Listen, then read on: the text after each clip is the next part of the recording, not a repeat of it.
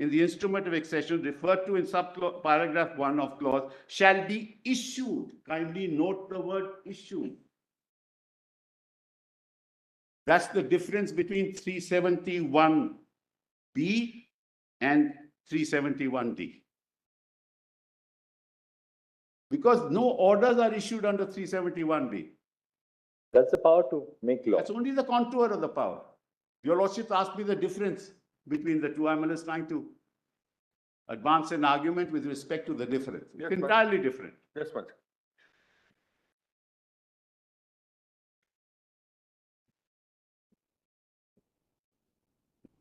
Yes.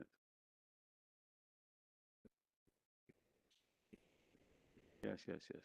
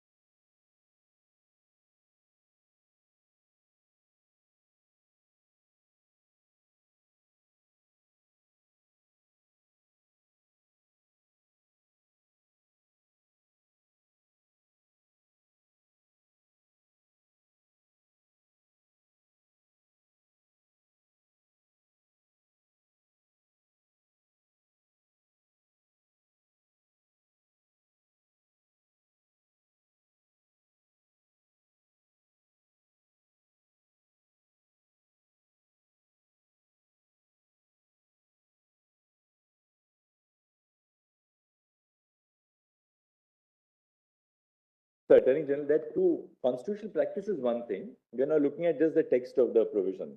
There are two possible constructions of Clause D. Constitutional practice may seem to support what Mr. Sibal is saying.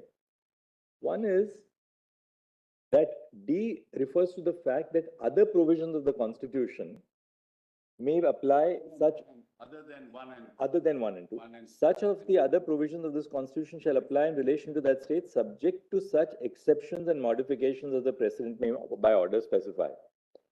In other words, if you are making exceptions or modifications, that's one construction. That if the President is making exceptions or modifications, then if it relates to a B1 subject, then you require consultation with the state. If it relates to something other than a B1 subject, you require consultation of concurrence of the state. All right? So it is only where you are making exceptions or modifications in the Constitution that it requires either consultation or concurrence. The other interpretation is that even if you are not making any exception or modification, but you are making some provision of the Constitution applicable to the state of Jammu and Kashmir, you still require either consultation or concurrence, even if you are just bodily lifting it and making it applicable without exception or modification. That's the second construction of D. That's correct. Now, the question is really which is a more plausible construction? I come to that. Because actually, if your lordship looks at the 1950 order itself, it will give an indication of what was meant. And just not leave 54. That's why, Mr. Sibal, the Chief Justice, that constitutional practice does support this view, but there are two plausible constructions which can be made. One is that the entire Constitution has been adopted in terms of Clause D. If you require modification or changes in that part, then you require a presidential order which shall be issued in consultation, not in consultation, with concurrence of the state. I appreciate that, but that will render three OCOs completely. C will become OCOs. Because C is the provisions of the The Constitution. C is something different. C dilutes the article itself. C, Malad, I am not on anything else. When you see other provisions of the Constitution, except for one and the 370, you can't touch 370. But let's move forward, Malad. I'll be able to show that to your lords. P is 370 and C is Article 1. And one is Malad integration. So that can't be touched. If it's part of India, can't be touched. 370 can't be touched. All other things can be touched. It doesn't say, C doesn't say it cannot be touched. C doesn't say 370 cannot be touched. In fact, clause 3 makes it very clear it can be touched. It doesn't say it's done. By now, your lordships have, in fact, may I tell your lordship something interesting? Because I looked at the original Constitution of India. The friend will show it to your lordship. It was only a marginal note. It's not the heading of 370. It's a marginal note, absolutely. No doubt about it. It's a marginal note. It's a marginal note. And your lordships have held in Keshavanam Bharti itself. Can't look at these notes. No, in the sense that a marginal note doesn't control the meaning of the text. C and 3, Article 3. You can't. A marginal note can't say it is temporary, therefore I read this in this fashion. Can't be done. Anyway, come to that one. Let me show you. It's Yes, very yes, fascinating. yes. But I take a bit of time. Let's kindly come to 370 presidential order. That 1954 order. 1950. Let's have a look. 50. Same volumes.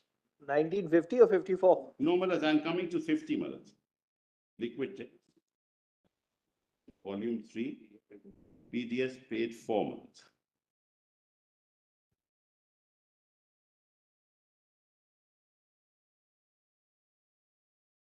This is what you were reading as 13? No, No, that is the 54 order. I'm coming back to 1950 order, which was superseded by the 54 order. This is where? This is PDF 4 in the same volume. Malaz. The other was on at 13, this is at 4. This is at 4. Okay. Yes. Are you referring to CO number 10, Mr. Sibal? Yes, absolutely.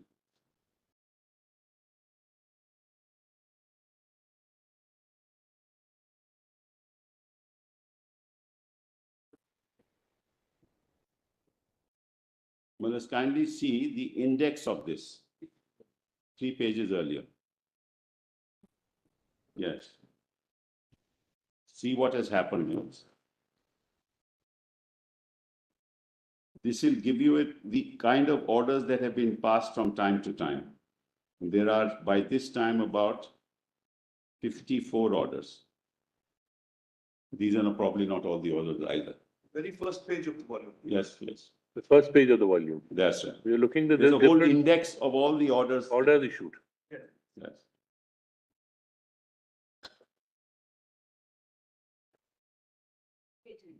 Serial number 1 was superseded by serial number 5. To specify.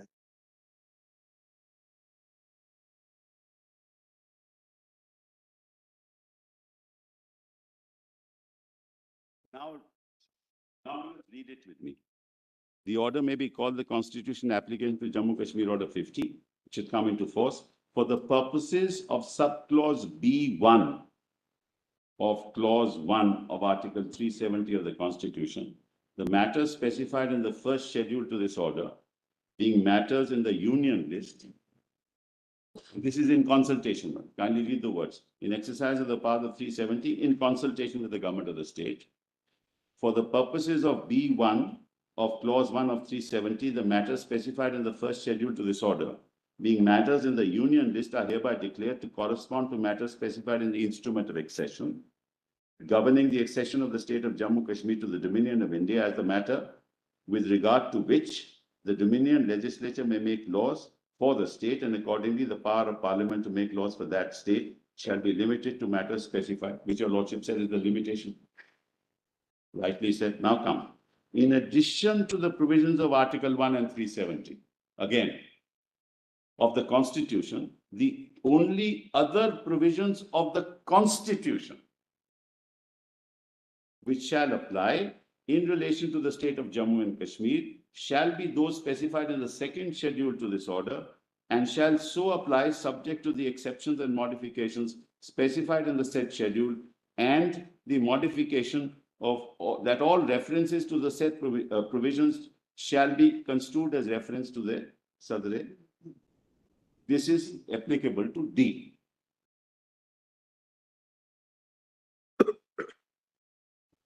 First schedule deals with entries, and this deals with D, because you're not to apply now the provisions of the Constitution of India, and they are all incorporated in the Constitution of India as applicable to Jammu and Kashmir order. So 356 also comes there, Part 3 comes there, Preamble comes there, Directive Principles of Policy come there, but that's all with concurrence. Therefore, it didn't come at this stage, that happened later.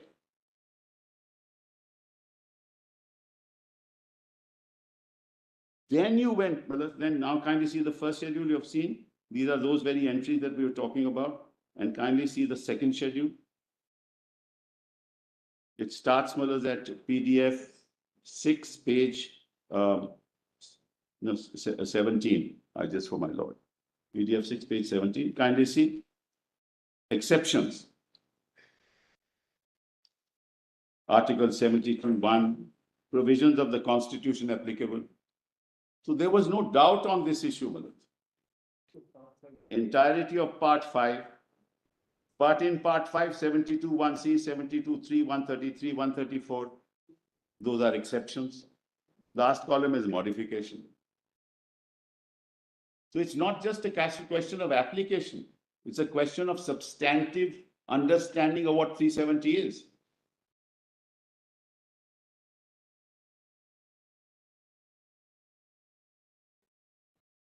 Even if you want to apply a provision without modification, you need consultation with respect to or concurrence. You can't. There is no third way of doing it. Yeah, that's excluded anyway. I said that we've given the examples. Modifications 54 and 50 shall apply subject to modifications that the reference therein to the elected members of the Houses of Parliament to each elected member of either House of Parliament shall be deemed to include respectively a reference to the representatives of the state in those houses and to each such representative. So you modify 54 and 55. Then if 247 you modify. 246 shall apply subject to the provisions of paragraph 2 of this order, and clauses 2 and 3 of 246 shall not apply. So you can't pass a law. So what is the effect of clause 2 and 3 of article 246 not applying in relation to the state? Because the residuary power is with the state. No, but 246(2) says, refers to the power of parliament and the state to enact laws on the concurrent list. That's fine. No, but if 2 is not applicable, then neither the state nor the parliament can enact a law on the concurrent list. then. It will be because of 1B, Malaj.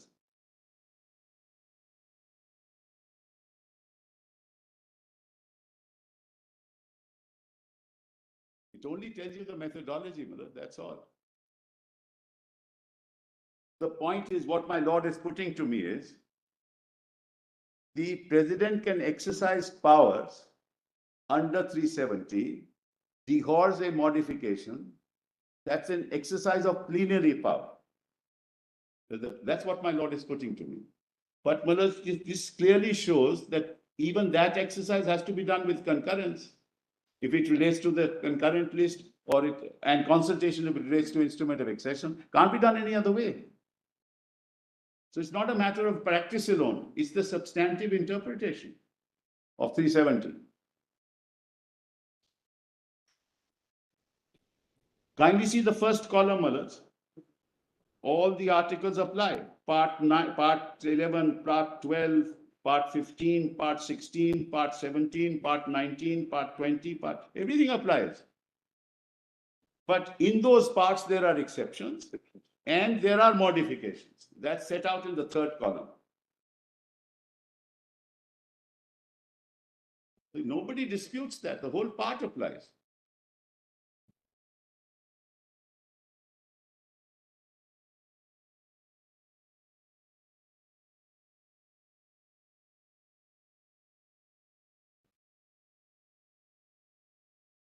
Clause 3 of the order seems to suggest that the only provisions of the Indian Constitution which would apply to the state of Jammu and Kashmir are those which are specified in the second schedule, and that too with the modifications which were made. Absolutely. That's our submission, Malaj. And then this is superseded by the 1954 order. For example, Part 3 at this stage was not to apply now.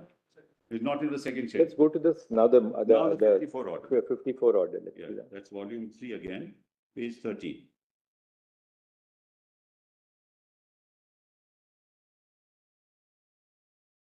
That's it. 13 PDF. Yes. Yes. In exercise of the powers, you also have that? So exercise of the powers conferred by clause 1 of 370, President with the concurrence of the government of the state of Jammu is pleased to make the following order. The order may be called the Constitution Application to Jammu and Kashmir Order.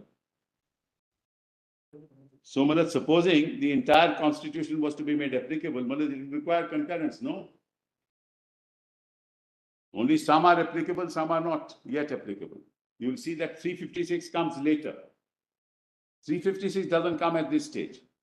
That would also require concurrence, and concurrence was taken. So any provision of the Constitution of India which relates to the concurrent list would be made applicable subject to the concurrence of the state government.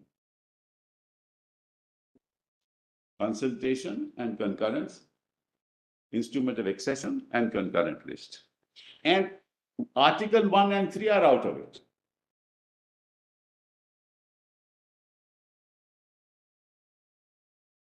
So kindly see, Malaj. Clause 2, the provisions of the Constitution which in addition to Article 1 and 370, in addition, shall apply in relation to the state of Jammu and Kashmir, and the exceptions and modifications subject to which they shall so apply shall be as follows, the same pattern. So the exception made here is the entire constitution is adopted subject to the Yeah. modification Yes. made there. Ex- Unlike the Other than 1 and 1950, 3, other than 1 and 3. 1 and 3 is already there. That's right. By, Yeah. unlike 1950 order, which had specific articles were made applicable. Now the entire constitution. No, because 356 was not applicable at this. No, but there would be a clause in this saying three It's fifty-six. part by part, not true, Malas. Part by, see part 1, no, part 2, part 3. It's part by part. It's not all. Is 356 specifically excluded No, at this in stage. this, at this stage? Yes. Excluded. It would be excluded at After this. part 5, you have part 9. Yes, come to page 15. 356 is excluded. Yes. So at the this- entire constitution was made applicable by the 1954 order, Malas, it said, except to the extent of exclusion. Malas, this part 5 is state 11 straight away. There's no question of the entire constitution being included. Just 1 minute. Mr. Sibbal, my learned brother may be, if with respect, right. I'll tell you another reason. I'll give you another, just apropos what fell from Brother Sanjeev Khanna. Just see now part 3. First, we'll just see one small provision, clause 2 of the order of 1954. Correct. Yes, It says the provisions of the Constitution, which yes. in addition to Article 1 and Article 370 shall apply in relation to the state of Jammu and Kashmir, and the exceptions and modifications shall be as follows. Now, one thing is very interesting. The word only, which we found in the 1950 order, has been deleted in the 1954 order. Right, So only goes. yes. Now, let's go to part 3 for a moment, and just to test the hypothesis. We'll just go to parts. Yes. Now, just see clause C in Yes, part clause- 3. Clause, yes, I Right? got it, Malas.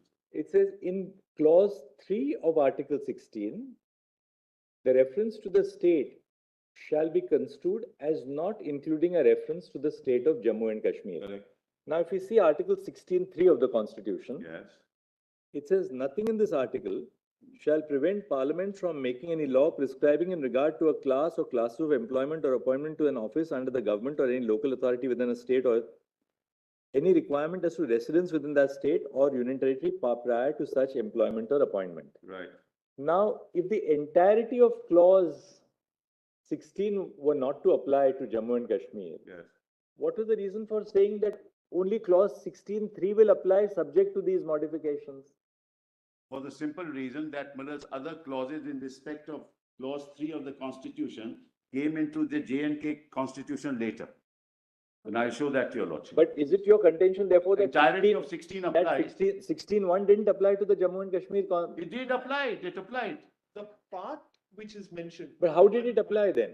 No, part 3 applies in full. When it says part, your lordship may see they have a serial number and then they have A, B, C below each of these parts. So when they mention the part applies in full. Now, in that part, A, B, C will tell you the exception or modification of the provisions of the Constitution in that part. So when the part is indicated, the part applies in full. In the 1950 order, it was column. So in the second That's what I was schedule- saying. See, in the earlier, the manner of printing of the two notifications Yes, is slightly Yes, that's different. all, that's That's all. very good. In the first one, Has been there is a expressly column, excluded. Yeah. it is a article, Yes, then what is the exception sort of correct, carved correct. out? And the modifications, now it's. Modification exception carved out. So now In it's. this, the way it is printed as I see it, Yes. when they say part 3, it means part 3 applies, but But these exceptions and one modifications. column of modifications which were there Yes, are specified underneath it. that's Exactly. exactly That's what, it is. exactly- Nothing, no difference. Other than what has been exclusively excluded. Yeah. The rest of the part 3 applies. That's correct, that's all that there is. That's all. This is simple, Like I 16, think, 1 and 2 apply. this is simple, just come to page number, internal page number, the first page, page 10 of the Page notification. 10, okay, The provisions of the Constitution. yes. This means the entire provisions of the Constitution. Page 10, your lordship's PDF page 10? Yes, Yes, that's the notification, 14th May 1954, 2, clause 2. The page provisions. 13, not 10. 13 of the. Or page 13, Yes, yes, 13, yes, page yeah. 13, you're right. The provisions of the Constitution, Yes, which in addition to Article 1 and 317, Article 317, Yes. because that's covered by yes, 3. yes, Now, the provisions of the Constitution refers to the entire provisions of the Constitution. correct. Yes, Shall apply in relation to the state of Jammu and Kashmir, full stop. yes. Which, Second, the word second, also left the word out, which. yes, I'm aware of that. That second part says, the exceptions and modifications subject to which they shall also apply shall be as follows. Correct, So thereafter, the exceptions are carved out Yes. with regard to each part of the provision of the constitution, which are either not to be applicable or applicable with modification. Correct, correct. And if you go down, it specifically says 356 is excluded. Yes. In case this was specific inclusion, they need not have specified 356 is excluded. Because by implication, 356, if not mentioned in the schedule, would have been excluded. But with the greatest respect, when you say kindly read it, just see. Kindly see part 18. The very fact that some articles have been Kindly see excluded, page 18. Kindly see page 18. PDF page 18. yes, Which is this. See part 18. 352, the following new clause shall be added. Above that, correct, part 18. correct. And therefore there are exceptions. We are then at item. But the part applies, but there are exceptions and modifications. So like part 18 applies, for example, part 18 applies, Yes. the modification is specified below that. Yeah. Then small clause B, 13, part 3, small b. Therefore, there is no dispute on The that. entire constitution has been 356, applied. 357. Except what Exactly. So these three articles of part, Which shall apply shall be as follows. Will not, that's correct. Kindly see, and also it says the provisions which shall apply shall be as follows. Which shall apply? They are enumerating the provisions, that's all, Madam. the next after that is what are the modifications? Yes, Or what is omitted. So that's right. mostly they are modifications, but some are omissions. Yeah. For example, in part 19, if you see, Yes, I have it. Article 362 and 365 are omitted. Omitted, yes. 366 clause 21 will be omitted. Omitted, correct. Otherwise, the whole of part Will apply. 19, other than this will apply. That's right. The approach is instead of going provision by provision and enumerating 395, they went part by part. And they said this whole part applies subject to. But But ultimately. what about those parts which are not specified as parts? They don't They apply. don't apply. No, that is a problem. I'm not sure you're right on that. You may not be right on that. We have, in fact, in volume 1, we have the Constitution of India as applicable to Jammu and Kashmir, which shows that this is how it was. Part 4 won't apply. No, not at this stage. Not at this stage. Part 3 did not apply till 1954. Preamble did not apply till 1954. That's exactly the way they proceeded. Well, that's the only. And this is significant. I think 15. PDF 15. no?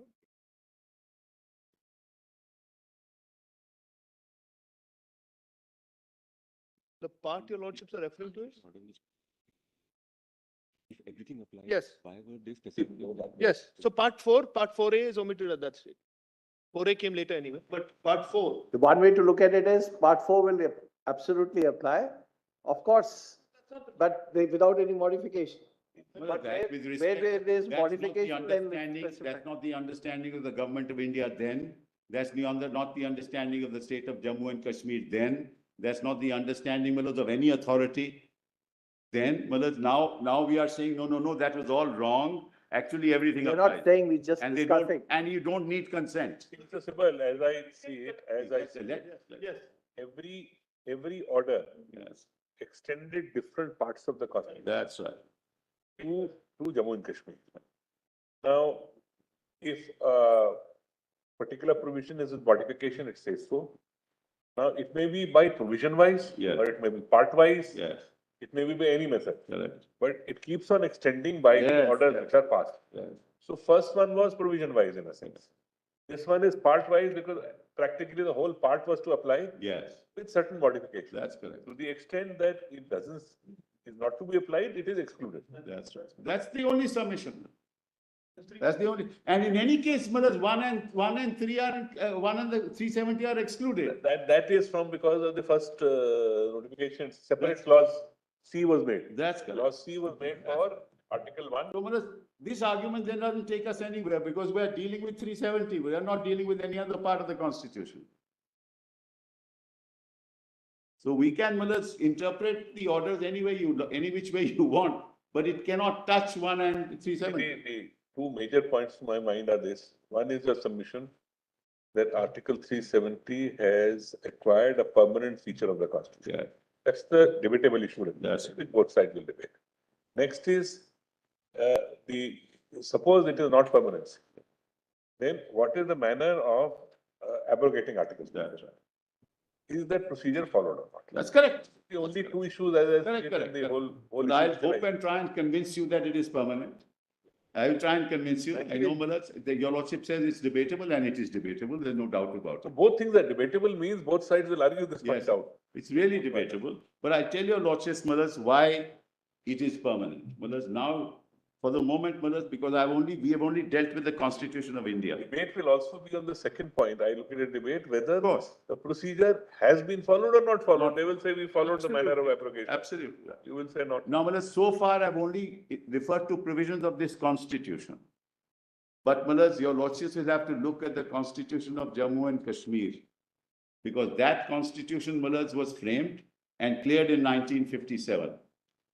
So, Malad, Malad, Parliament could only exercise, if it takes over under 356, declares an emergency, it can only exercise the powers of the legislature. That's what Bomai has said, and I take your lordship, it can't do anything more than that, right? Now let's look at the provisions of the J&K Constitution, which will give you an idea as to why it's permanent.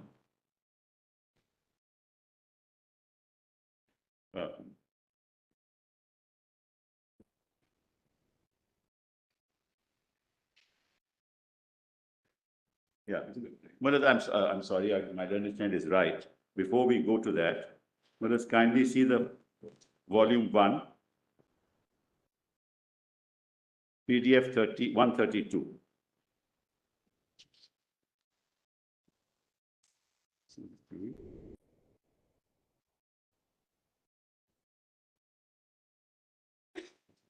What date is this? You are wanting us to go to PDF 1 now. PDF is the date. Volume 1 page, Mr. Siddle. Manoj, volume 1, page 131. 132, Manoj.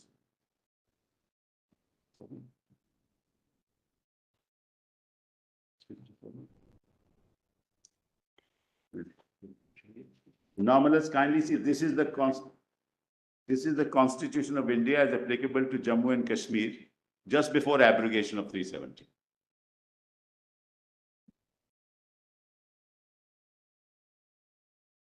And you'll see Sorry, Mr. Simple, which page? page PDF 132. In the same volume? Yes, volume 1. Volume 1, Manoj, not 3. One second.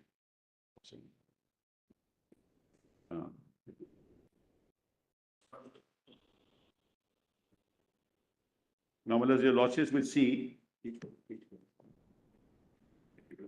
the table of contents at page 43 first.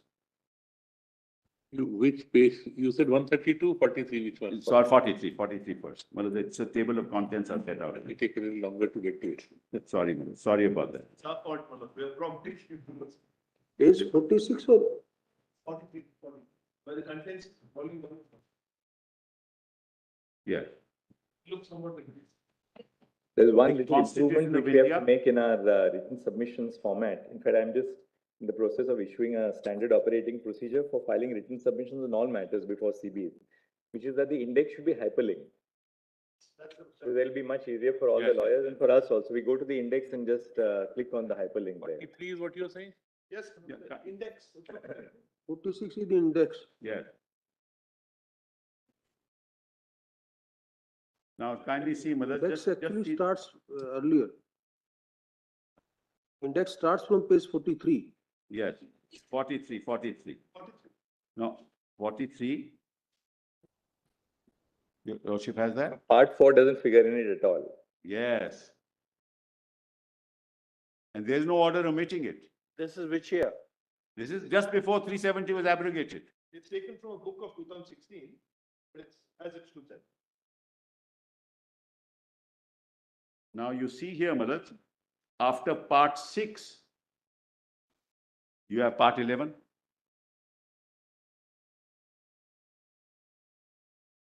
Part 6, what page is that, Mr. Manoj, Siddle? part 6 is at page PD 48, PDF 48.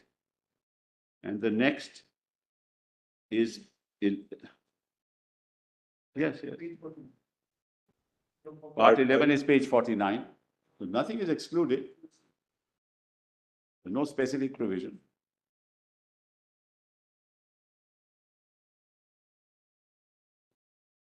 Therefore, the order says provisions which shall apply shall be as follows. That's why, Mother, the 54 order says what it says. Provisions of the Constitution which shall apply. So notwithstanding the deletion of the word only, Yeah. the word which seems to indicate that these are the That parts, the really- provisions which will apply. So that's, Mullahs, really. Now, Mullahs, in this context, kindly look at the Constitution of Jammu and Kashmir as it was cleared in 1957, passed in 1957. And remember, Mullahs,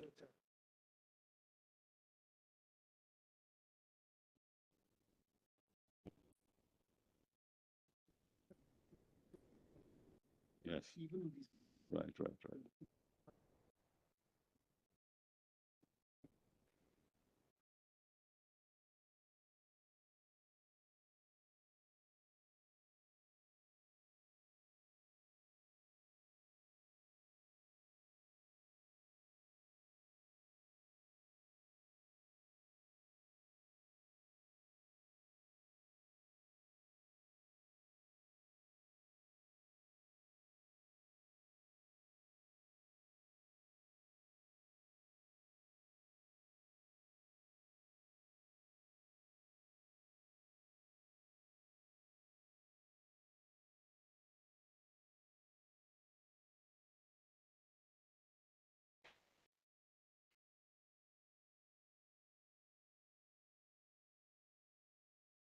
Publication or government publication? It's not a government publication, Mullahs, but this is not, hopefully not in dispute, Mullahs. But Mr. Sibal, you are right that the constitutional practice which was followed since the adaptation orders proceeds on the basis that government selectively applied provisions of the constitution to Jammu and Kashmir. They never treated it as if all provisions apply. The really clause D is susceptible of two interpretations, but the constitutional practice supports what you are arguing. We'll of course have to hear the learned AG on that. Now, Mullahs, we move on to what happened in 1957 when the Constituent Assembly, Mullahs, drafted this constitution and was adopted. Right.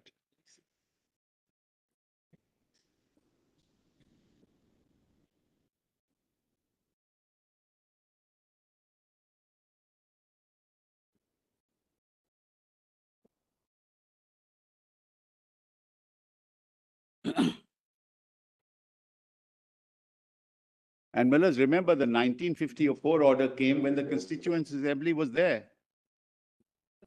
They had a choice. They could have said, no, we want. 57, what happens at 57? Let's see then. Yeah, but I'm just saying the Constituent Assembly was constituted in 1951, I think on the 10th of May, if I remember correctly. And then, Mullahs, 54 order was passed. They could have said, look, no, we'll abrogate 370 and be part of India without conditions and like any other state. They chose not to. And you will see that, Mullahs, in the Constitution itself. I'll show, Mullahs, it's better we look at the There Constitution. is no dispute about the proposition. 370 remained in the Constitution. Yeah. So nobody is arguing that 370 was not there. Otherwise, where was the occasion to abrogate it? Only issue is whether it requires a permanent character, which cannot be touched, or whether there is a methodology, right or wrong, there is a methodology by which 370 can be abrogated. Correct. That's the first part of your argument, as I understand. Correct. And in the alternative argument is, even if you don't accept my first part of the argument, The methodology the was wrong. methodology was wrong. Sir, I'm sorry to interrupt, but on this permanent statement, 370 is in three parts. The first part, our argument is continues always. Second part is transitory because it's dealing with what happens before the Constituent Assembly comes in and Constituent Assembly has to ratify. The third part is temporary while the Constituent Assembly is there. Just putting it in a nutshell, that's our argument. Yes, you are saying, according to you, 370 is structured in a manner Yes, whereby some part will go away or become Yes. otiose, and some part some part becomes OTOs because in 1957, some other part becomes OTOs Correct. later on. So you say one has a permanent feature. That is our The argument. we Constituent wanted. Assembly effectively had a choice to exercise three or to allow one to Till continue forever. 1957. Your argument is all these choices were available only till 1957. Yes, that's our. That is your argument.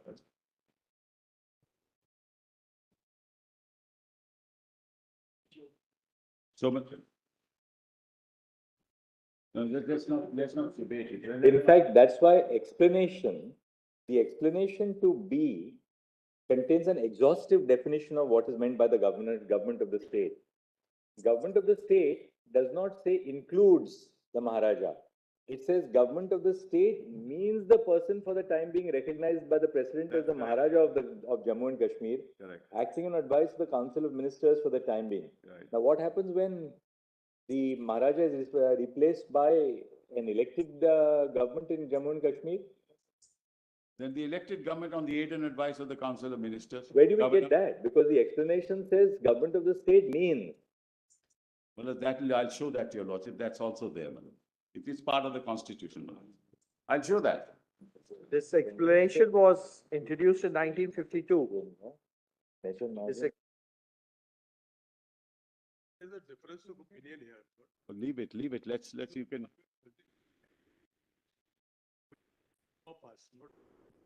Their case is that 2 and 3 may cease post 57. But the some of us whose argument is that no, the entity goes if we read clause 2 carefully. So this is that difference of opinion. So your submission. Well, there is a government order of 1965 which says that Sadr-e Riyasat will be in the governor.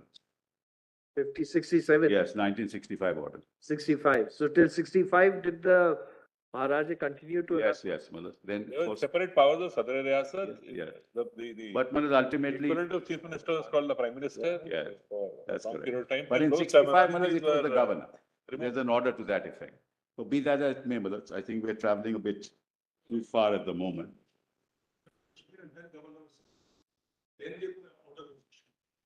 It's not anything that was done under the 70.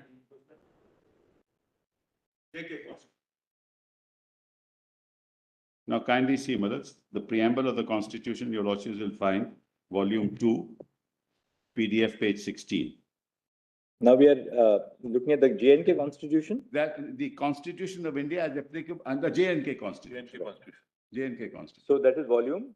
Volume 2, PDF page 16. Yes. No room for J&K.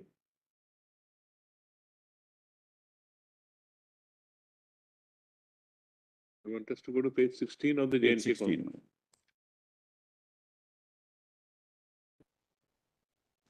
Yes, the entire volume is that. Lordship has the preamble.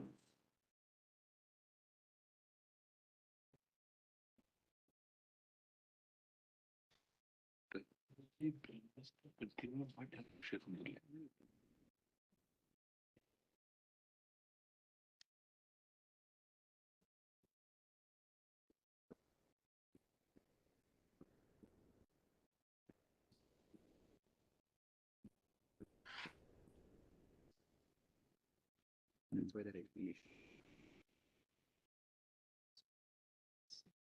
No,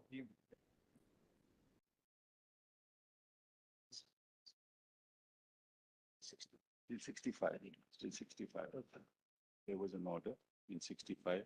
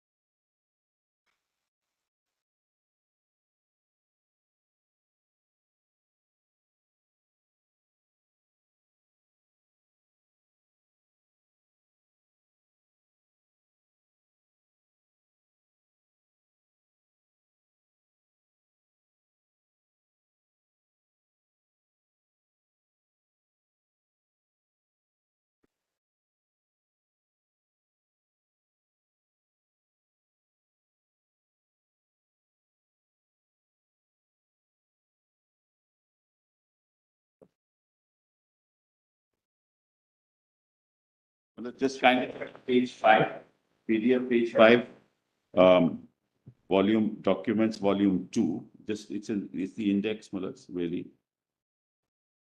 Right. Right. So you referring to preamble at page 16. Yes, but before that, Mullah, just so that you know, Mullah, what the Constitution was dealing with. Page 5 is part 3, you are saying. Page 5. You're wanting us to read page 5? Contents, Mullah. Contents. The state, Yes. permanent residence, directive principles of that's what I'm state saying. policy. PDF 5. Yes. Just the contents, Mullah. Yes. You see now, part 1, part 2, part 3, part 4. And the directive principles of state policy now come in. Permanent residence come in. Then the state, permanent residence, directive principle of state policy, executive, governor, council of ministers, advocate general, contractor, government of business, composition. Just 1 minute, Mr. This goes against Speaker's directive.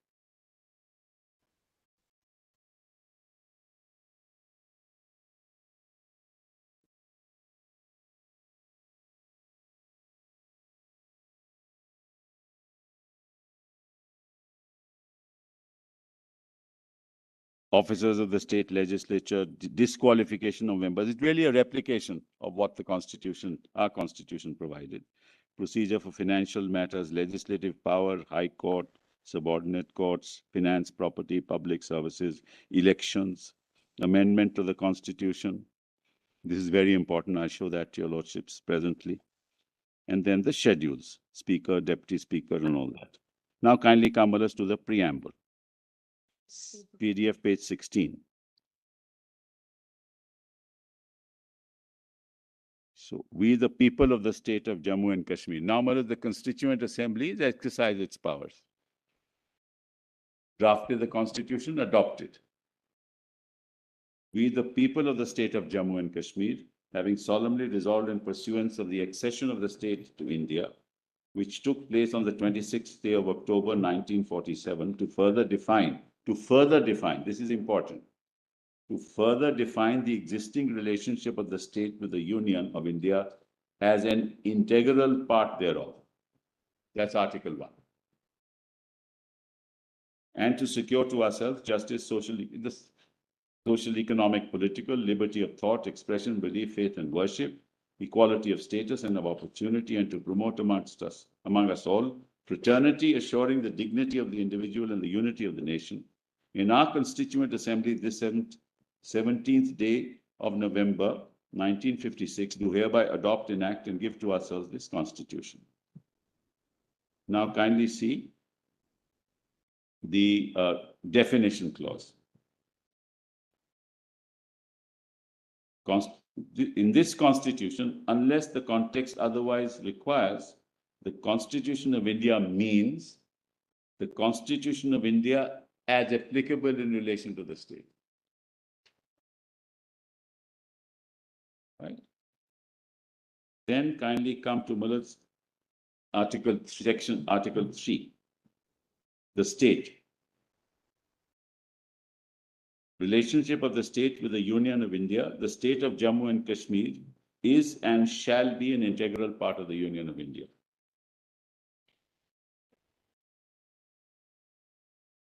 And Muller's subclause 3 says, just above that, any reference in this Constitution to the Sadr-e Riyasat shall, unless the context otherwise required, be construed as reference to the government.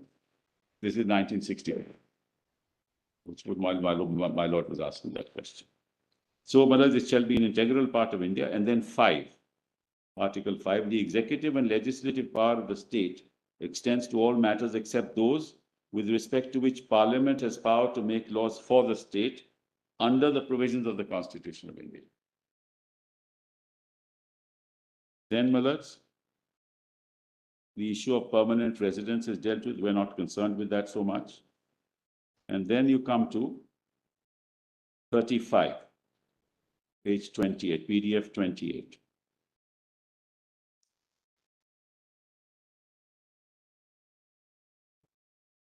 This is an important section, Malaj.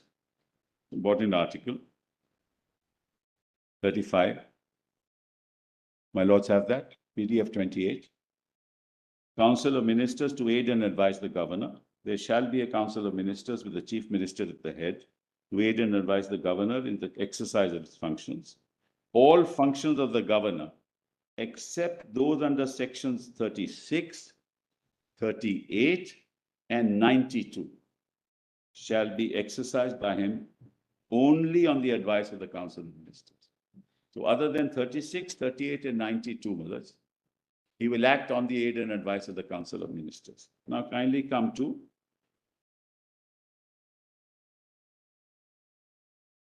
38, 48A, PDF page 33.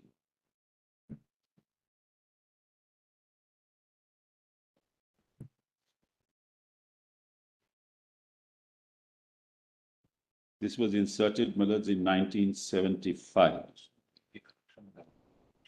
Notwithstanding,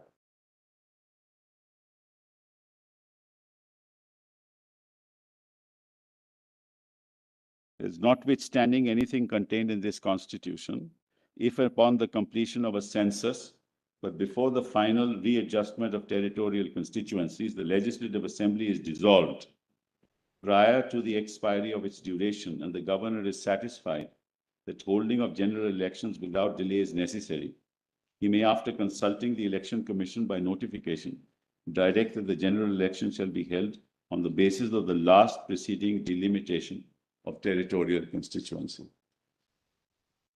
Then, let's page Article 53, page 37, PDF 37.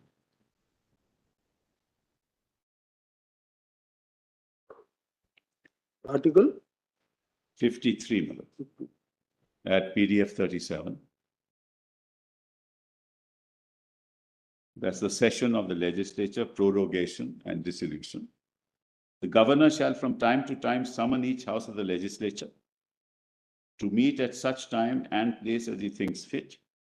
But 6 months shall not intervene. These are the provisions of the Constitution also. Intervene between its last sitting in one session and the date appointed for its first sitting in the next session.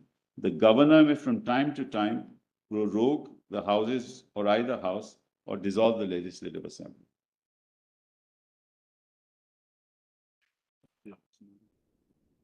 This he can only do it on the aid and advice of the Council of Ministers. It's not an exception because the exceptions are 36, 38, and 92.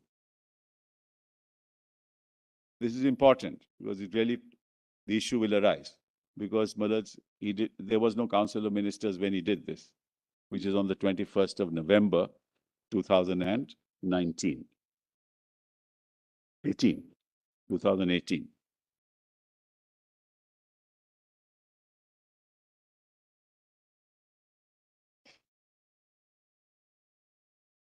Well, the importance of this is that he can only dissolve the Legislative Assembly on the aid and advice of the Council of Ministers. The only exceptions that the governor has in the terms of his exercise of power are 36, 38, and 92, which he need not do on the aid and advice. But under 53, he can't do it without the aid and advice, which is what he did. Well, I'll come to that later. Now, Malaj, 92, which is that exception. PDF page 59. This is a very unique power given to the governor of Jammu and Kashmir.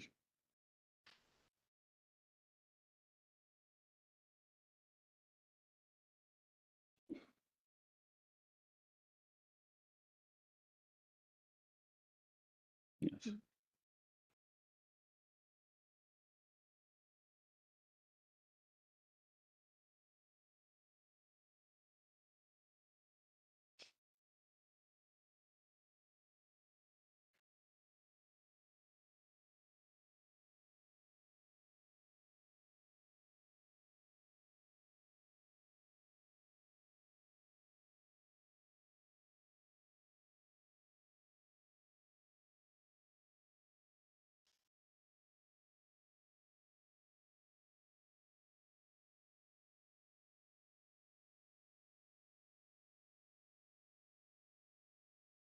I was mentioning, Millards, as far as 53 is concerned, that power to dissolve the assembly would only be exercised on the aid and advice of the Council of Ministers.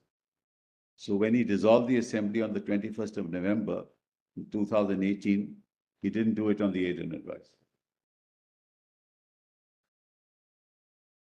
And this governor's power has to be exercised in that fashion. The only exceptions are 36, 38, and 92. And I'm now reading 92 for your lordship. This is also a unique provision. Provisions in case of failure of the constitutional machinery in the state. This is PDF, Millards, 59. My lords have that. Does this call, Millards? Your lordship have one? Page 50. 59, PDF 59, Article 92.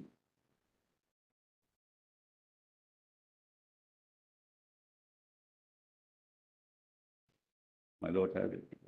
Breakdown of. Yes. Now, provisions in case of failure of the constitutional machinery, if at any time the governor is satisfied that a situation has arisen in which the government of the state cannot be carried on in accordance with the provisions of this constitution, the governor may by proclamation, Millards, assume to himself all or any of the functions of the government of the state and all or any of the powers vested in or exercisable by any body or authority of the state, make such incidental and consequential provisions as appear to the governor to be necessary or desirable for giving effect to the objects of the proclamation, including provisions for suspending in whole or in part the operation of any provision of this constitution relating to anybody, provided that nothing in this section should authorize the governor to assume to himself any of the powers vested in or exercisable by the High Court. We are not concerned with that. But this he can exercise without the Council of Ministers, unlike in the Constitution of India. Why? Because Jammu and Kashmir has a unique status in the context of its relationship to the government of India.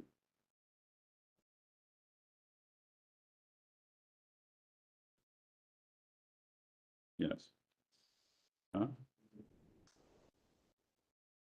And Miller's clause 3 of this is important, that any such proclamation, whether varied under subsection 2 or not, shall, except where it is a proclamation revoking a previous proclamation, cease to operate on the expiration of 6 months from the date on which it was first issued.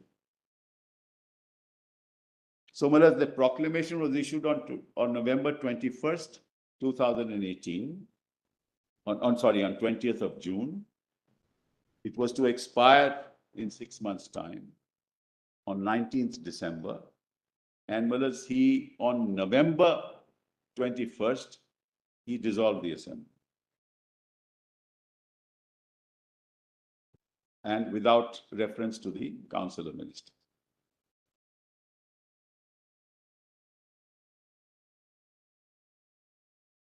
But anyway, we'll come to that a little later. Now, most important, Millards, in the context of what we've been arguing all of yesterday and today, is 147, PDF 85, sorry.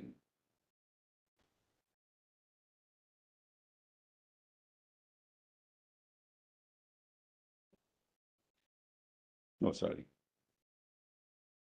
Amendment to the Constitution. Yes. Millards, an amendment of this Constitution shall be initiated only by the introduction of a bill for the purpose in the Legislative Assembly, and when the bill is passed in each House by a majority of not less than 2/3 of the total membership of that House, it shall be presented to the Governor for his assent, and upon such assent being given to the bill, the Constitution shall stand amended in accordance with the terms of the bill. Provided that a bill providing for the abolition of the Legislative Council may be introduced in the Legislative Council and passed by it by a majority of the total membership of the Assembly and by a majority of not less than 2/3 of the members of the Assembly present and voting. Provided further that no bill or amendment, now this is important, provided further that no bill or amendment seeking to make any change in this section or the provisions of sections 3 and 5 or the provisions of the Constitution of India as applicable in relation to the state shall be introduced or moved in either house of the legislature. So, Millards, you cannot amend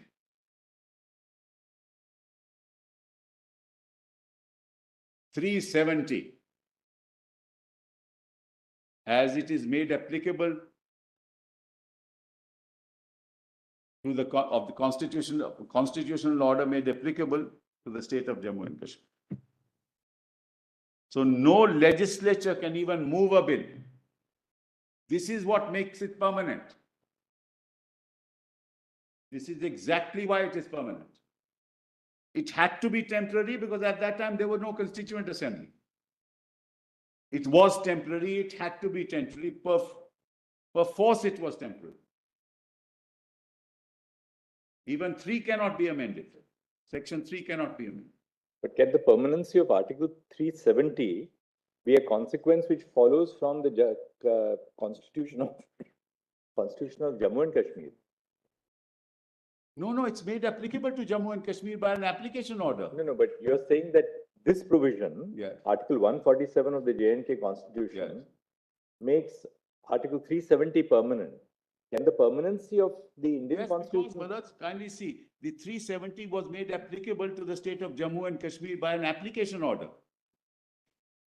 373, brothers, kindly. Subclause 3 gives powers to the Constituent Assembly, no? Those powers clearly the Those- doesn't have. That legislature doesn't have those powers. Ultimately, what happens is when you impose Article 356, you took over the powers of the legislature. Under which power did they exercise that right?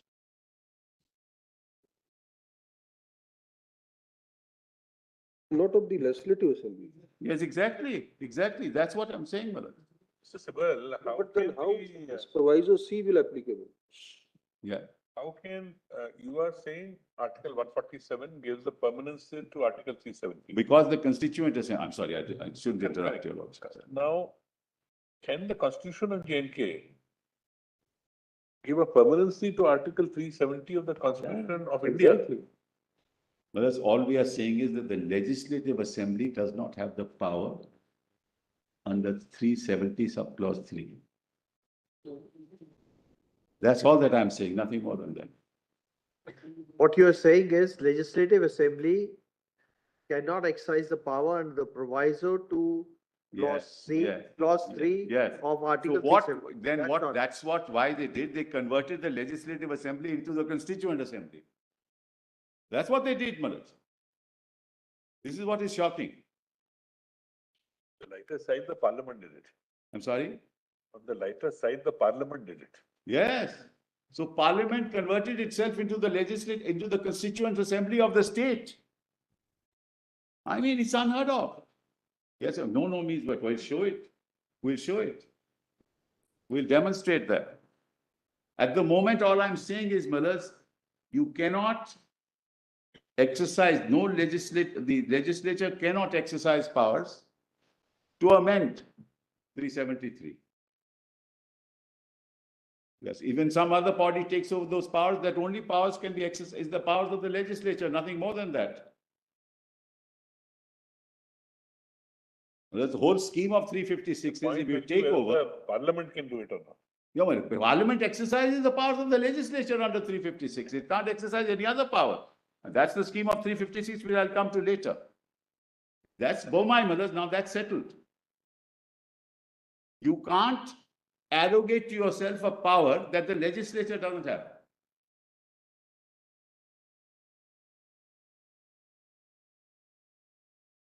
That's why there's an interplay between the Constitution of India, the constitution orders applicable to the state of Jammu and Kashmir, and the Constitution of Jammu and Kashmir and 370 itself. That's what you flagged in the beginning when you Yes, began your. That's the issue.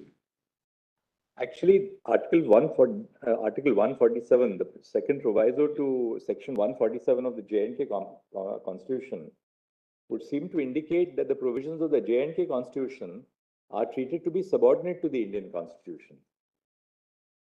Which is why no amendment in the relationship of the Indian Constitution and its application to the state can be introduced in the state legislature.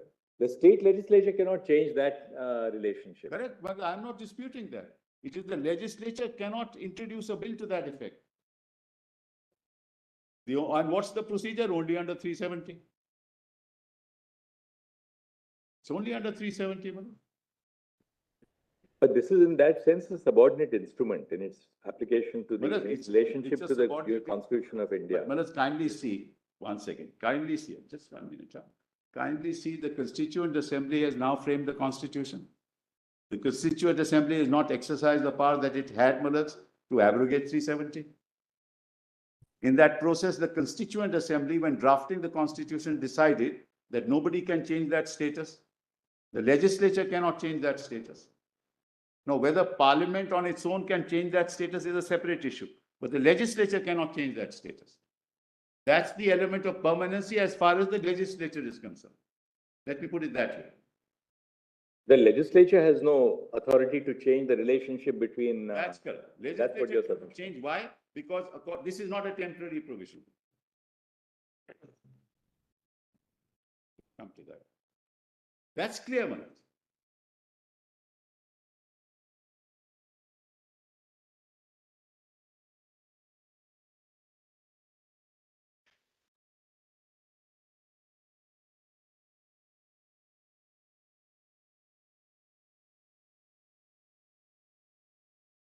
Section 3. This Constitution, Jammu. Same thing. Section 3.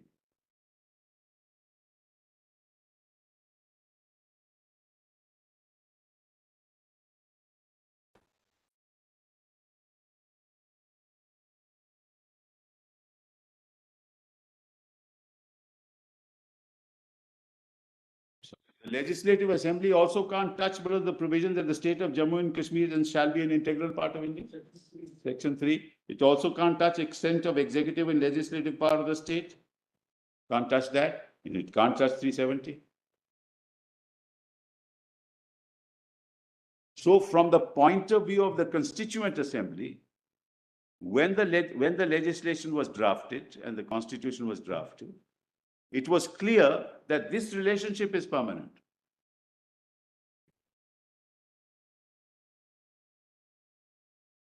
Just one question, the proviso to Article 147 of the J&K Constitution Yes. says that no bill or amendment seeking to make change in the provisions of the Constitution of India is applicable Yes. in relation to a state Yes. means a change in the Constitution of India. Whereas as per clause 3 of Article 370, it's not the amendment which is applicable. As per that, it's the consent or the consultation or the, Recommendation. Neither consent nor consent. It's a recommendation no. if of we the let's of see the Constituent 373. Assembly. Let's see 373 for a Yes, minute. please.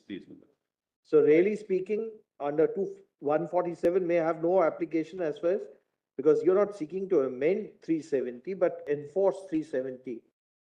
Let's assume, for the time being, substitute the words Constituent Assembly for Legislative Assembly. On the recommendation, Yeah. let's assume so. Yeah. Let's substitute. You're right, Correct. recommendation. Correct.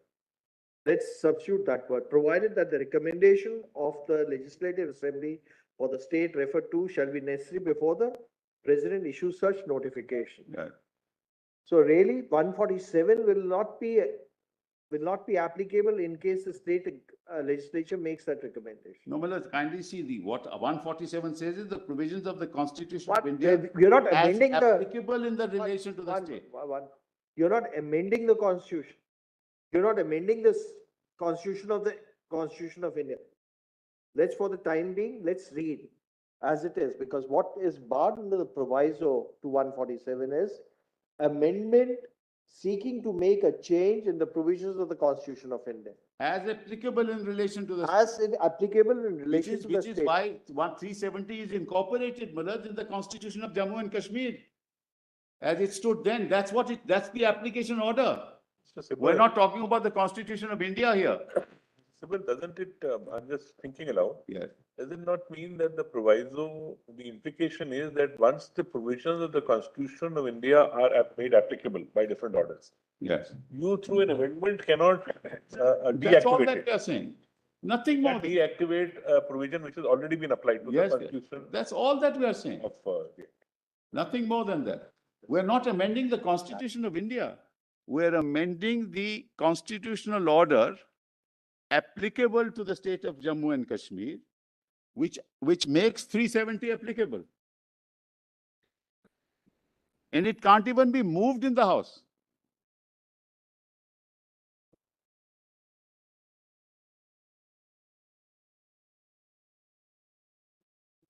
Yes.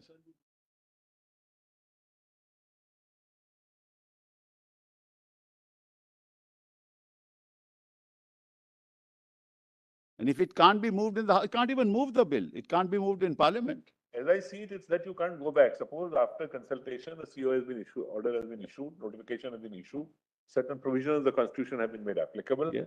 Then it's not that a rethink can arise 10 years later and you start That's all. That's all. and say that, look, okay, we don't want to make some of the Constitution provisions Absolutely. already made applicable, Correct. not applicable.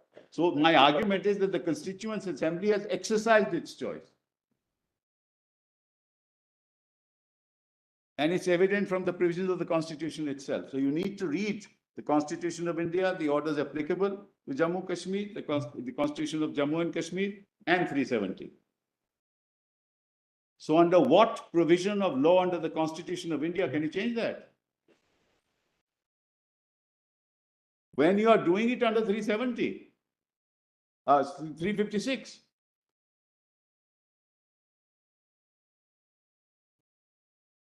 So now, Malaj, this is now the lay of the land as far as this is concerned. Now I want to take your lordships to the judgment of the Supreme Court, Malaj, of this court in the power of the constituent Keshav Nand, Malaj. Volume. This is it? T. No, no, no. When that comes up.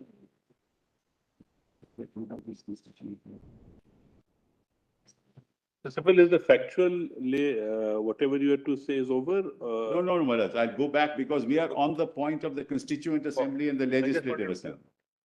So Maharaj, that has to be clarified. Maharaj, you can't, a Legislative Assembly cannot be converted into a Constituent Assembly. My basic argument is that. Under what power can you convert a Legislative Assembly into a Constituent Assembly? Which is that power? As a matter of fact, Praja Sabha was turned into a constitutional assembly, 1951. Well, there was a direct election, I believe, at that point in time. Praja Sabha was not all directly elected. But I'll check that out, but I don't want to make a statement and I'm sure of it.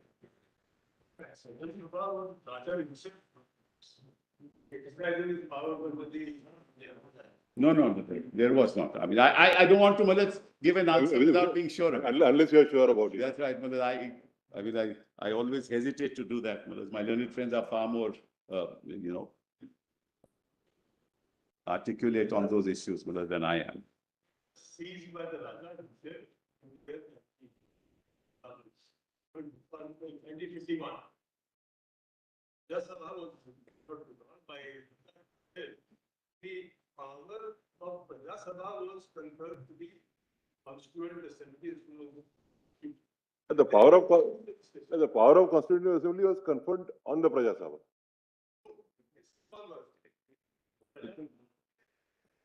According to me, and I'll give that date, why should I say anything? The Constituent Assembly was directly elected in Jammu and Kashmir, but I don't want to, I must be sure of it before I say that. I know, it says that Constituent Assembly consisting of representatives of the people elected on the basis of adult franchise shall be constituted forthwith for the purpose of framing a constitution. So I was aware of it, but I was not sure where it was. I just wanted to mention. Unlike Unlike us, we were indirectly elected, our constituent assembly. Anyway, let's kindly have a look at Keshavnand Bharati. This is volume 15. Volume 15 of Yes, that's a good idea. Case Law Compilation, PDF 236. Actually, 235. I'll start with paragraph 537.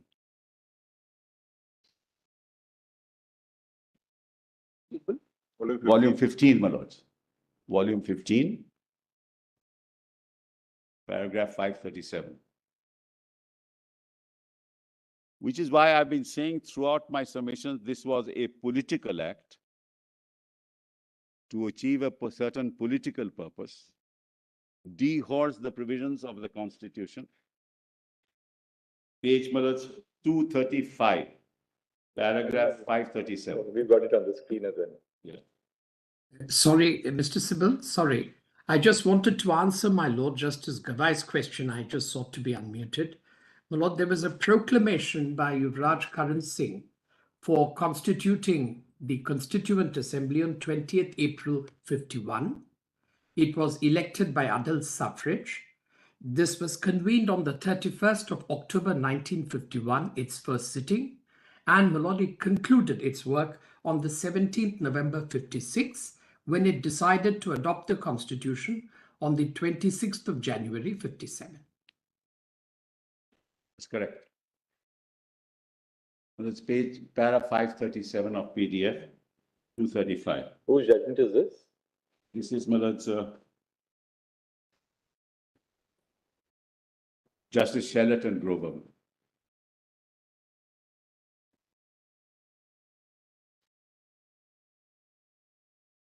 Well, the argument was that Which page are you 368 refers to procedure to You are amend. referring to page number? Page 5, PDF 235. 35. Volume 235. 15, Mr. Sibbal. I'm sorry, Volume 15. volume 15. Case law compilation. Volume 15. Case law Case compilation. law Lordship has that? No, we have got something else. Page 235. इसको दिया है ना आपके लिए. In case you want to see it on the screen. 8. You've got it on the screen. 537, 538, Mullahs. I just read 37. The argument was, Mullahs, that when the Constitution in 368 talks of amendment to the Constitution, it's a procedural argument. Where does the constituent power lie? That was the argument, and that in that context, the issue of what is a constituent assembly, Yes. that is discussed, Mullahs. It's in that context because we're dealing with that issue. 537, if I may read. It is pointed out on behalf of my lords, all my lords have Yes. it. It is pointed I out just on got behalf, it. You got it? Oh, yes. it is pointed out on behalf of the petitioners that the scheme of Article 368 itself contains intrinsic pieces of evidence to give a limited meaning to the word amendment. Firstly, 368 refers to an amendment to the Constitution, and the result of the amendment is to be that the Constitution shall stand One amended. second. No.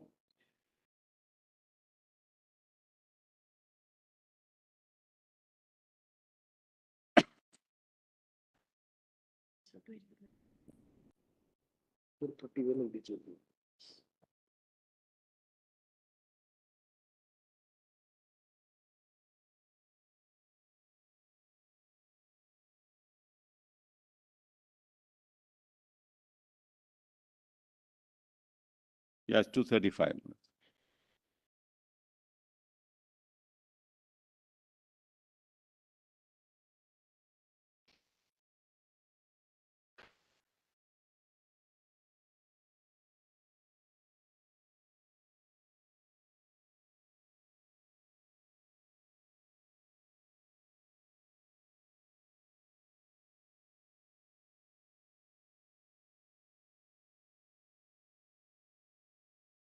My lords have it, my lords, not yet.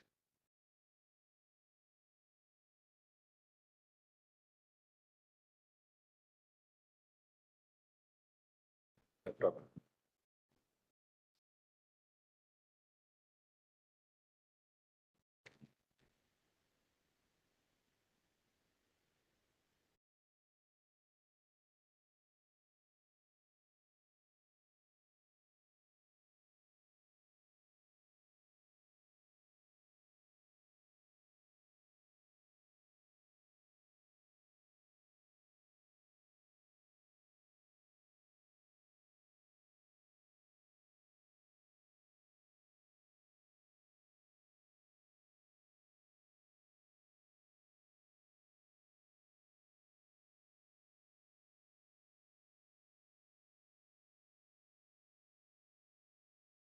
Constitution of its identity. The amending power is conferred on the two houses of Parliament, whose identity is clearly established by the provisions of the Constitution. It must be the Parliament of the Sovereign Democratic Republic. It is not any Parliament which has the amending power, but only that Parliament which has been created by the Constitution. In other words, it must continue to be the Parliament of a sovereign and democratic republic. The institution of states must continue to exist in order that they may continue to be associated with the amending power in the cases falling under the proviso. If the respondents are right, the proviso can be completely deleted, since Article 368 can be amended. This would be wholly contrary to the scheme of Article 368 itself. Scheme of 68, because two agencies are provided for amending the provisions covered by the proviso. One agency cannot destroy the other by the very exercise of the amending power. The effect of limitless amending power in relation to amendment of Article 368 cannot be conducive to the survival of the Constitution because the amending power can itself be taken away and the Constitution can be made literally unamendable by virtually unamendable by providing for an impossible majority. While examining the above contentions, it is necessary to consider the claim of the respondents that the amending power under 368 has the full constituent power. It has been suggested that on every occasion the procedure is followed as laid down in Article 368 by the two houses of Parliament and the assent of the President is given. There is the reproduction of the functions of a constituent assembly. Just mark. In other words, the Parliament acts in the same capacity as a constituent assembly when exercising the power of amendment under the said article. This is fundamental to the entire argument that I make.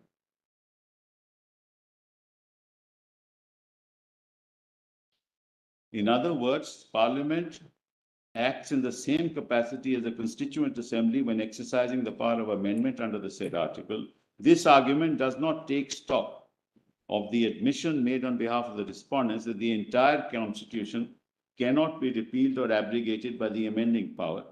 Indisputably, a constituent assembly specially convened for the purpose would have the power to completely revise, repeal, or abrogate the Constitution. That shows that the amending power under 368 cannot have the same powers as a constituent assembly. Even assuming that there is a reference on the nature of the power being enacted between enacting a law and making an amendment, both the powers are derived from the Constitution. The amending power has been created by the Constitution itself. It can only exercise those powers with which it has been invested. And if that power has limits, it can be exercised only within those limits. So you have a clear distinction between the exercise of constituent power and the exercise of legislative power, which is what I said in the beginning to your lordships. Parliament, while enacting a law, functions within the contours of the Constitution. A constituent assembly has no constitution in place. It has every right to do what it likes till such time as the Constitution is framed. So at no point in time in law can a legislative assembly be converted into a constituent assembly as a matter of law.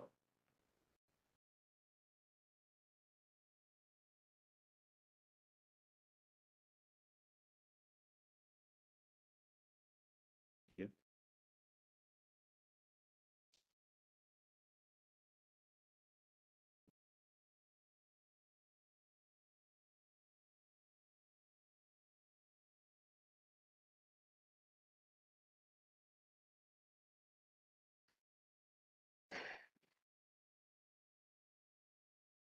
Luckily, we had no Maharaja exercising his powers with us. We had Parliament doing that.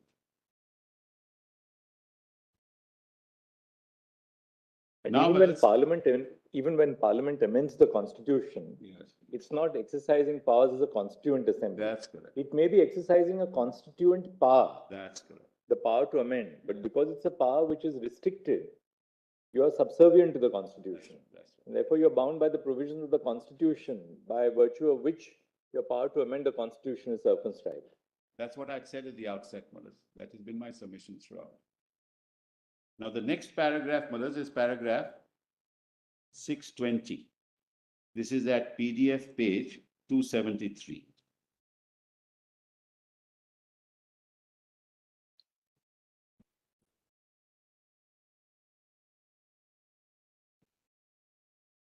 Whose judgment is that? This was Justice Hegde and Justice Mukherjee. 270? Mullahs, 273 PDF, para 620 Mullahs. Otherwise, Mullahs, see the danger of this argument. Tomorrow, Mullahs, Parliament says that we are the Constituent Assembly. They can do away with basic structure. Dr. Ambedkar also spoke about it in his speech on 25th of November, 1949. I'm sorry, I didn't get your note. Dr. Ambedkar, Yes, while presenting the final draft yes, on 25th of November 1949, Yeah. also spoke about this aspect yes, yes. in his Yes, concluding I think speech. we have it, I think. We have it, I think, in volume 8. I just come to that. No, the point I'm making is a more fundamental point which impacts the future of our country. If you in principle say that a parliament can convert itself into a constituent assembly, then where do we go from there? Forget about this case. I'm far more worried about our future. Parliament can never say that, because that constituent assembly is a political process, which I said at the beginning. It's a political process in the context of the aspirations of all those participating in the constituent assembly as to what the state should be like. How do you meet the aspirations of the different segments of the community which have to be met, and what kind of provision should be put in place? So it's the genesis of the politics of the day which determines what kind of constitution we want. Which is why, when you talk about diversity, when you talk about minorities, we talk about Dalits, we talk in our constitution, what were we faced with? In 1947, what were we faced with? We were faced with a situation where disparate communities, diverse communities, different religions, different races came together to be part of the Union of India, and their aspirations had to be met. So you had provisions with the Dalits, you have provisions with the minorities, you had provisions dealing with reservations, the scheduled castes, the scheduled tribes. That's a political process. That's why our constitution is what it is. Unlike, as I told, in Europe, it was an entirely different process. Here it was an amalgamation of colors to be united as one, which is the Tiranga. That's what it is. You can't convert a legislative assembly into that process. But equally, Mr. Sibal, to completely divorce the power of amendment from the political process inherent in the amending power Yes, of course. would not be appropriate, because there's no strict dichotomy in that sense between the exercise of the constituent power itself being traceable to the political process and the power of a constituent assembly being entirely political in its nature. The constituent power itself of parliament to amend the constitution is a political power. I agree entirely. Absolutely right. We're not saying you can't amend, because it's not our case. You can. But when parliament amends according to you, it is not exercising the powers of a constituent assembly. That's all that I'm saying. That's all that I'm saying. It's not converting itself. And then it has to function within the Constitution of India. I'll come to that later. We're at a stage, Malad, where a CO is issued. The constituent assembly is untrammeled. That's right. It's as if it is working on a clean slate. That's correct. Absolutely. Absolutely, Malad. And it says, the judgment says so, Maharaj. That is not bound by anything. Bound by the representatives of the Constituent Assembly who have common aspirations to draft a constitution for the future of the people of the country. Which is why diversity, protection are fundamental to our constitution. For this reason, this very reason. So you want to take away that, that's very dangerous.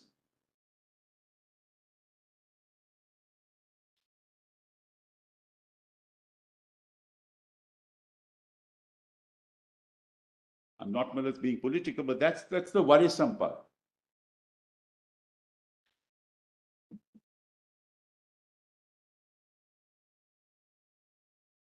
I reach 6:20 minutes. 20. Now, coming back to Article 368, it may be noted that it has three components. Firstly, it deals with the amendment of the Constitution.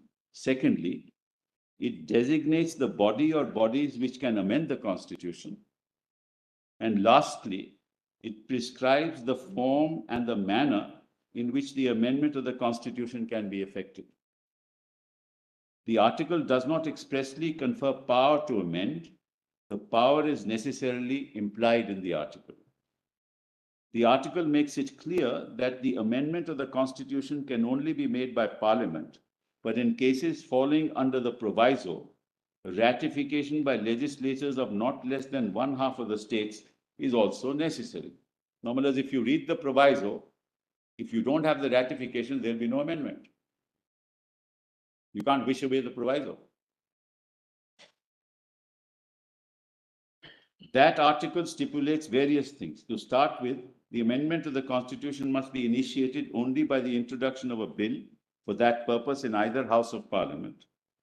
It must then be passed in each House by a majority of the total membership of that House, and by a majority of not less than 2/3 of the members of that House present and voting.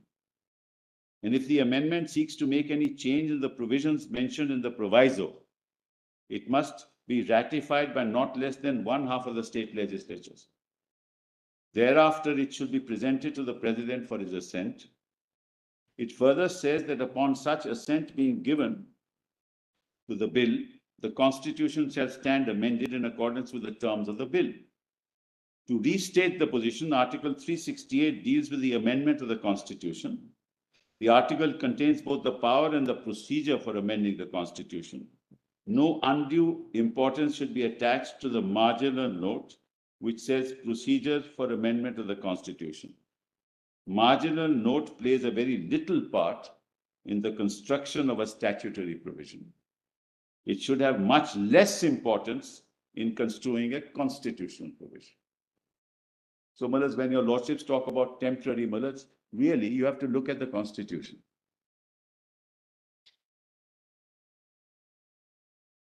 Because it had to be temporary in 1950. There was no element of permanency. It could not have been. And this is the marginal note. Give it to my lord. You have copies? This is a marginal Give it to note. the There's other no side. question about it. It is a marginal note. Yes. So, Mullahs, you can't be saying, which is what your lordships are concerned with, but it was temporary. But that's only when you look at the marginal note. It had to be temporary because there was no other way to deal with it. You couldn't have said it is permanent.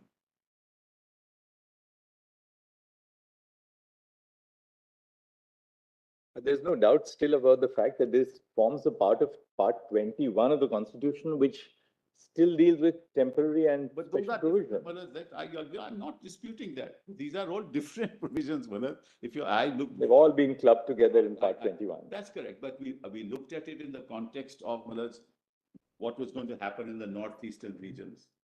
Gujarat and Maharashtra together, what was to happen there, issues of Marathwada. So those councils had to be created, boards had to be created. That's why they were temporary. Telangana, that's why they were temporary. Not for any other reason. And that's why this was also temporary. It's the same logic. But the fact that it is temporary doesn't mean that the article is temporary for all time to come. You can't interpret the marginal note in that fashion.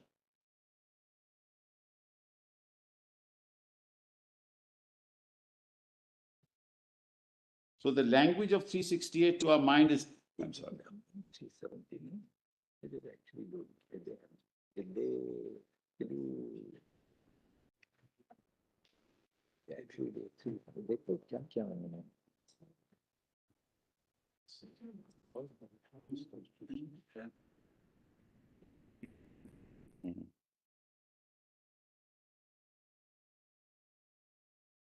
If you look at the heading, Millers, it says temporary and transitional provisions. So 2 is temporary and 2 is transitional and 3 is temporary.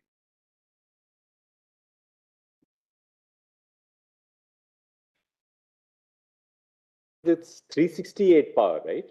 In this case, no, 356 power. No, it's 356 because they converted. What happened? Well, let me just, in one sentence, they say, in one sentence, I'll tell you what they did. They converted the Legislative Assembly into the Constituent Assembly, right? Right, dissolved. They converted it into a Constituent Assembly. Then they said that now Parliament, because of 356, Parliament is exercising that power. So the Parliament is the legislature. And because it's a Constituent Assembly, Parliament of India is the Constituent Assembly, and therefore we can do what we do. That's in one sentence what they did. And they recommended to themselves. So instead of clapping by 2 hands, they clapped by 1 hand. Because they exercised the power of the legislature themselves. And because the legislature's consent was necessary to give that consent to themselves, and abrogated 370. Unique, constitutionally a unique, unheard of. I will not use that expression. A procedure that is unknown to law. Because the objective was entirely different. And I've been saying that from day one. That's how they brought in the 10 minutes.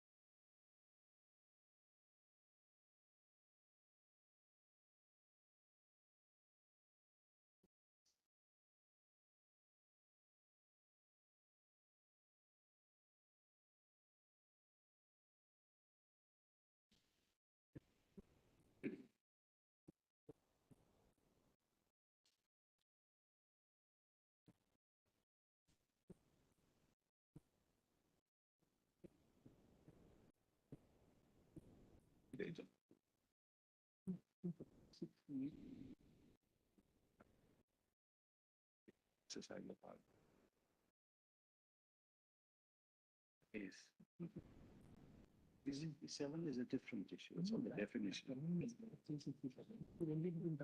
I don't think so. Discuss that. Discuss it.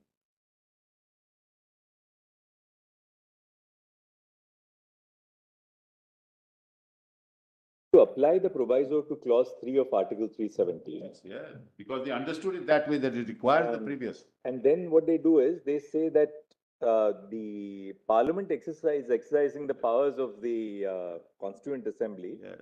by virtue of the fact that the Legislative Assembly has been dissolved. Yeah. assuming that the Legislative Assembly was not dissolved, that could have exercised the power of the Constituent Assembly. That's right. Now that it has been dissolved, Yes. under 356, Parliament has the power to make laws with all aspects of whether it's Correct. list 1, list 2, or list 3. And then they exercise the power under the proviso. That's right. That's right. So, Malad, actually, they understood 370 sub-article 3 in the manner in which I am, Malad, stating before your lordship. It is their understanding right till the end. They don't understand. Which is why I wanted to bring it at this stage, Malad, so that now your lordship knows, Malad, the larger picture, so to say. So we are going into interpretation of 370 sub-article 3, which they themselves accept, that the proviso applies.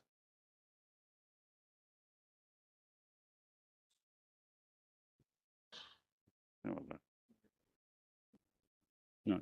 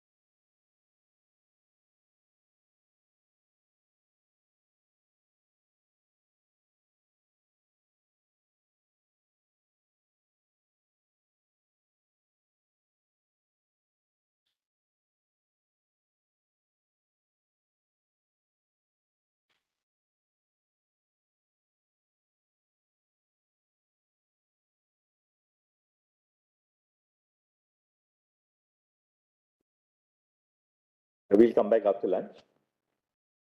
Mr. Sibal, if you can just in a very brief while, take us through the process which was followed. We can go straight to that. Now we've understood anything more in Keshavananda apart from these four judgments? All right, we'll see that and then so that we come to the end of then reading Keshavananda. Yeah, 25th November. Yeah, if your lordship sees the facts, I think it'll help. No Where he idea. said we enter a life of contradictions. That's how he, It's about his amending powers also. in That's that. right, he covers it. He covers it. It was criticized on both the sides. That's right. It's too liberal and too rigid. Obliged. Deeply obliged.